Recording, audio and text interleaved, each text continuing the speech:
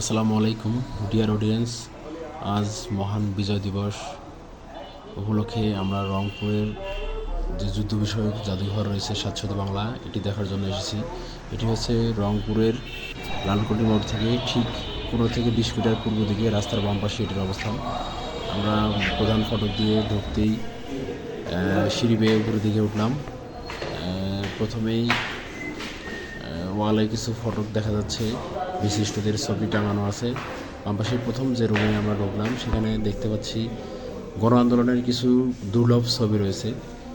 উপরে রয়েছে বিশিষ্ট 7 জনের ছবি, যুদ্ধ শব্দে রয়েছে এখানে।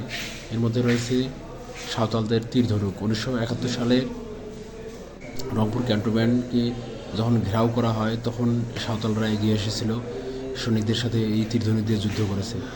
1971 সালের রেজে বেগম রৌমারী থেকে বিভিন্ন রকম পতাকা, জাতীয় পতাকা, ছোট সাইজ, বড় সাইজ, মাঝারি সাইজ বিভিন্ন ধরনের পতাকা বানিয়ে মুক্তিযোদ্ধাদেরকে যুদ্ধের অনুপ্রেরণা যোগায়। সেটির সাথে আরও কিছু সরঞ্জামাদি রয়েছে যুদ্ধ বিষয়ক। কিছু আলোকচিত্রও দেখা যাচ্ছে, মুক্তিবাহিনীদের কিছু আলোকচিত্র।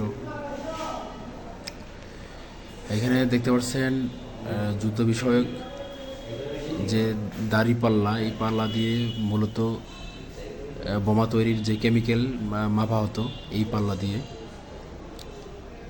এটি বিভিন্নভাবে বিভিন্ন জায়গা থেকে পরবর্তীতে সংগ্রহ